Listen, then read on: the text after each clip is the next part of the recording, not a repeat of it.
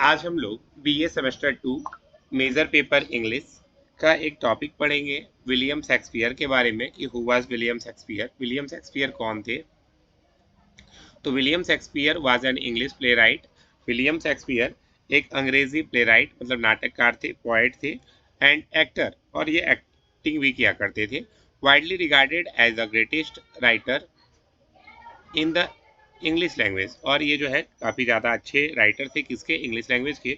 One of the world's most famous dramatics, और ये इनको दुनिया के प्रसिद्ध नाटककारों में से एक माना जाता है। He is often called England's national poet and bard of Avon. इनको इंग्लैंड का नेशनल पोएट कहा जाता है और बार्ड ऑफ एवन भी कहा जाता है। अगला है Shakespeare wrote about 39 plays. Shakespeare ने लगभग 39 नाटक लिखे, 154 sonnets and 2 long narrative poems, और 2 लंबी कथात्मक कविताएं भी लिखी। His work span various genres, और इनका जो रचनाएं हैं वह विभिन्न विधाओं में फैली हुई है। इसके अलावा ट्रेजिडी मतलब हो गया त्रासदी वाली कहानियाँ जैसे उन्होंने लिखा है, जैसे हैमलेट के बारे में, मैकबेथ के बारे में, किंग लियर के बारे में। कॉमेडी भी लिखा है, मिड समर नाइट ड्रीम मतलब मध्य रात्रि में का कोई सपना, as you like it, and history, और किसी किसी की हिस्ट्री भी लिखी है जैसे हेनरी फोर्थ। हेनरी फोर्थ एक राजा थे फ्रांस के, उनके बारे में लिखा है। एंड रिचर्ड थ्री, इसके बारे में लिखा है।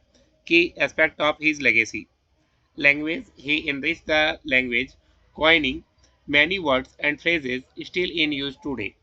इसके अलावा उन्होंने क्या किया, अंग्रेजी भाषा को काफ़ी ज़्यादा मतलब समृद्ध किया है। समृद्ध करने में अंग्रेजी भाषा में इनका योगदान बहुत ज़्यादा आता है।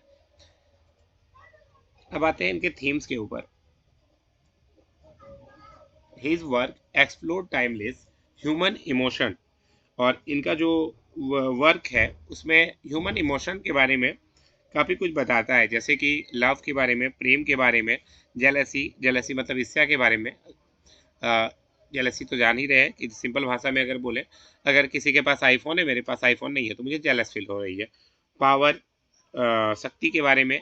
बिट्रायल मतलब हो जाता है विश्वासघात। जैसे मान लीजिए मैं आप पर बहुत ज़्यादा विश्वास करता हूँ, आप मेरा विश्वास तोड़ दें, तो उसको विश्वासघात, बिट्रायल। इस पर बहुत सारे चीज़ में इन्होंने लिखा है। मेकिंग दैम यूनिवर्स रिलीवेंट, और ये सब बातें उन्हें क्या करती है, सार्वभौमिक रूप से काफ़ी प्रासंगिक बनाती है। इन्फ्लुएंस इनका कितना रहा? His plays have inspired countless adaptation in literature, art and film. इसके अलावा आर्ट और फिल्म में भी इनका उपयोग किया गया है। Shakespeare died in 1660। शेक्सपियर की मृत्यु जो है 1616 में हो जाती है in Stratford upon Avon, but his influence remains eternal. Let me know if you want to dive into any particular play or poem. इसके अलावा इसके बारे में भी हमें और ज़्यादा अगर आपको जानना है तो आप बोल सकते हैं, पूछ सकते हैं मुझसे। तो ये शेक्सपियर के बारे में इतना सारा चीज़ें दी गई है। चलिए थोड़ा सा इसको और एक्सप्लेन करते हैं, आगे बढ़ते हैं। अब आज जो हम लोग एक टॉपिक पढ़ेंगे वो शेक्सपियर का एक छोटा सा टॉपिक होगा। इसको थोड़ा सा निकाल लेते हैं। देखिए जो आपका टॉपिक है इसमें दिया हुआ, William Shakespeare shall I compare thee. अब इसका मीनिंग क्या है, चलिए एक बार देखते हैं इसके बारे में भी।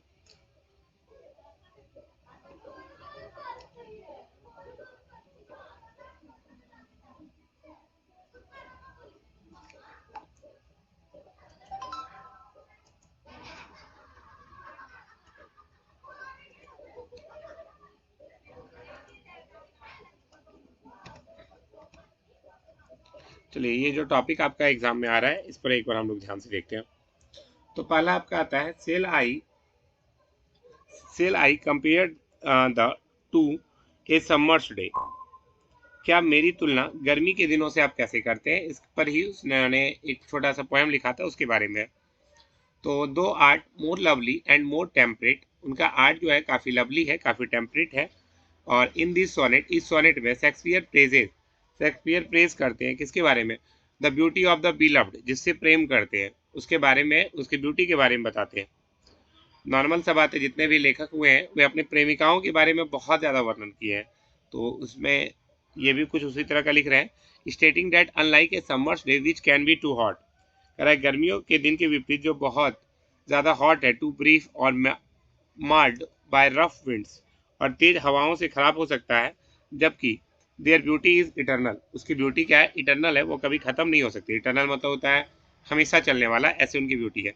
The poem conclude with the powerful ideas that as long as the sonnet is read, इसलिए और वे बताते हैं कि जब भी यह सोनेट पढ़ा जाता है तब तक तो उनकी सुंदरता जीवित रहेगी। ऐसा ही मैंने कोई और भी पोएम पढ़ा था जिसमें बताया गया था कि भाई कविता जो है, किसी भी के चीज़ के बारे में अगर लिख दिया जाए तो वो कविता उस बात को हमेशा याद दिलाती रहती है, लोग उसको जल्दी खोना नहीं चाहते। अब आता है so long as man can breathe और आईज कैन सी। इसका मीनिंग क्या हुआ एक बार देख लेते हैं।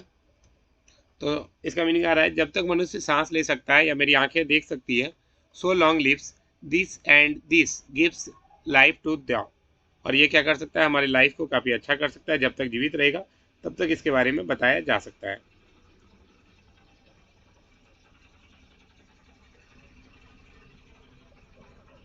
थोड़ा सा इसको और बढ़ाते हैं।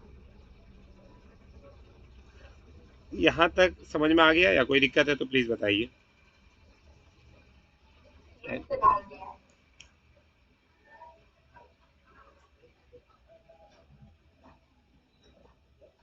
चलिए इसको थोड़ा सा और एक्सप्लेन कर लेते हैं। मतलब इस पूरे पोएम में हमको ये बताया गया, पहले विलियम शेक्सपियर के बारे में बताना था कि विलियम शेक्सपियर कौन है, उसको लेकर के चर्चा की गई थी।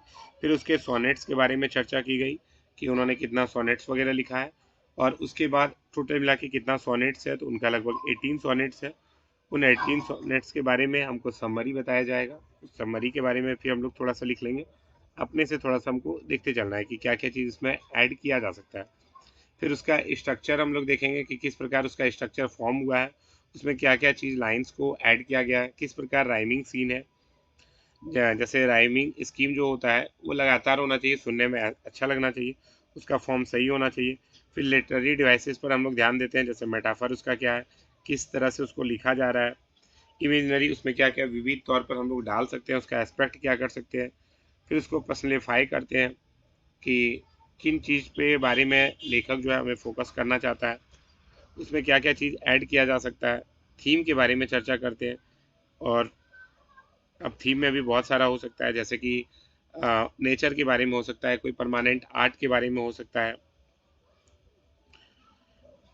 इसके अलावा पोइट्री के बारे में हो सकता है, पोइट्री को कैसे इमोर्टेबल बनाने की बात की गई है। इमोर्टेबल का मतलब हो जाता है जो कभी ख़त्म नहीं हो, हमेशा चलता रहे, उसको इमोर्टेबल कहा जाता है, ध्यान रखिएगा।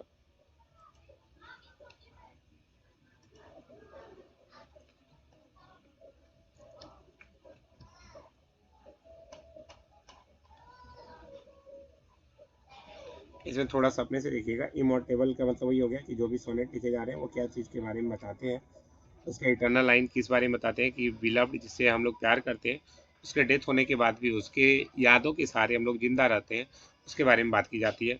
लव एंड एडमायरेशन, तो though often read a romantic poem, sonnet 18 can also be seen as a celebration of beloved. इसके अलावा इसमें यह भी बात की जाती है कि कैसे पोएट जो है किसी से अट्रैक्शन में है और उसके बारे में पोएट बताना चाह रहा है, कवि प्रशंसा करते हैं कि मेरी जो प्रेमिका से प्रेम है वो एक अमर प्रेम है, और इसमें फिजिकल अट्रैक्शन की बात नहीं आती, कि शारीरिक आकर्षण नहीं है। जैसे किसी को प्रेम हो जाता है, ये बात का ध्यान रखिए, उससे फिजिकल अट्रैक्शन नहीं होता कि भाई शरीर की सुंदरता के कारण उसके करीब में आए। He sees the beloved essence as something worth preserving for eternity. Historical context, Shakespeare consist करते हैं, सोनेट के बारे में पब्लिश करते हैं इन 1609, दो दे वेयर लाइक कंपोजर, वे क्या करते हैं, कई सारी चीज़ों को कंपोज करते हैं, बताते हैं। The fair youth to whom, ये बताते हैं उनकी रचना पहले भी हुई थी, लेकिन ये काफ़ी ज़्यादा सोनेट्स उन्होंने लिखे थे, और यह भी एक रहस्य बना हुआ है कि भाई क्यों लिखे थे, क्या कारण था, कौन रियल पर्सन था, किससे वे बहुत ज़्यादा इंस्पायर थे। इन सब बातों की चर्चा आज भी थोड़ी सी की जाती है कि भाई ये उनका कोई वास्तविक व्यक्ति था जिसको लेकर के इन्होंने पूरा अपना कंस्ट्रक्ट किया था अपनी रचनाओं को। बहुत कोई मानते हैं कि उनका कोई दोस्त होगा, उनकी कोई पैट्रन होगी या कोई क्लोज फ्रेंड होगा जिसको लेकर के शेक्सपियर इतनी ज़्यादा इमोशनल चीज़ों को लिख पाए या इतने अच्छे से अपनी बातों को लिख पाए। तो हालांकि ये बातें अभी भी शोध के बारे में कि भाई क्या चीज़ था, किसके कारण उन्होंने इतना लिखा, ये किसी को उतना पता नहीं चल पाया। सिंपल भाषा में बोले, आज से 5 साल के बाद कोई अगर मेरी सारी कविताओं को पढ़ेगा, मैंने बहुत सारा पोएम्स को लिखा है, शायद आप कभी कभी देखे भी होंगे, उन पोएम्स को पढ़ने के बाद जो लोग मुझसे जुड़े हैं या फिर कहीं ना कहीं आप लोग भी अगर बोले तो मेरे समकक्ष हैं, बहुत ज़्यादा आपके एज में और मेरे एज में अंतर नहीं आता है, तो ऐसी स्थिति में थोड़ा फ्रेंडली टॉक हो जाता है। लेकिन आने वाले 5 सालों के बाद अगर कोई मेरे उन पोएम्स को पढ़ेगा तो वो मेरे बारे में नहीं जान सकेगा कि सर ने ये पोएम जो लिखा है ये किसी व्यक्ति के लिए लिखा है या उनकी मन की उपज है, अपने मन की उपज से उन्होंने लिखा है। तो ये सारा कॉन्सेप्ट इसके बारे में भी था कि भाई वो किस प्रकार लिखा गया, इसके बारे में कुछ पता नहीं चल पाया। अब आते हैं क्रिटिकल इंटरप्रेशन। तो आलोचनात्मक व्याख्या क्या क्या आती है। सोनेट ने भी कई सारी व्याख्या भी दी। उनका रोमांटिक वचन को भी लोग क्या करते हैं, जो भी रोमांटिक रीडिंग है, many views of the poem as a simple yet profound declaration of the love. इसमें लव के बारे में बहुत ज़्यादा बताया गया है। Meta poetic reading, others see it as a reflection on poetry ability to conquer death. और इसमें भी मृत्यु पर विजय पाने के बारे में बात कर रहे हैं। मृत्यु पर विजय पाने की बात क्यों की जा रही है, क्योंकि कहीं ना कहीं ये एक वास्तविकता है कि जो राइटर वगैरह लिखते हैं वे कहते हैं कि मेरा प्रेम क्या है, अमर है। तो इसको लेकर के भी हो सकता है कि इन्होंने भी अपनी बातों को लिखने का प्रयास किया होगा। इसके अलावा क्वेयर रीडिंग, बहुत सारे लोग ये भी मानते हैं कि वो यंग मैन क्या होगा, कि नॉर्मल सा बात है, बहुत सारी चीज़ों में कॉम्प्लेक्सिटी बहुत ज़्यादा है, बहुत ज़्यादा एडमायर है। homoerotic undertones of the relationship adding layer of the complexity of the theme of the beauty and admiration। मतलब कि हो सकता है ये समलैंगिक वाचन है, तो भाई कोई युवा मित्र के लिए है या फिर लड़की के लिए ये कहना काफ़ी मुश्किल हो पाएगा। अब आते हैं इसका कंक्लूजन भी। तो विलियम शेक्सपियर का ये जो सोनेट है, ये माना जाता है ये कोई प्रेम कविता नहीं है, बल्कि सौंदर्य को अमर करने के बारे में इनकी कला की शक्ति है। और इसी के कारण शेक्सपियर ने अपने लव के बारे में, बिलव्ड मतलब वही प्रेमिका वगैरह के बारे में, और अपने काम को, दोनों को काफ़ी ऊंचा उठा दिया है।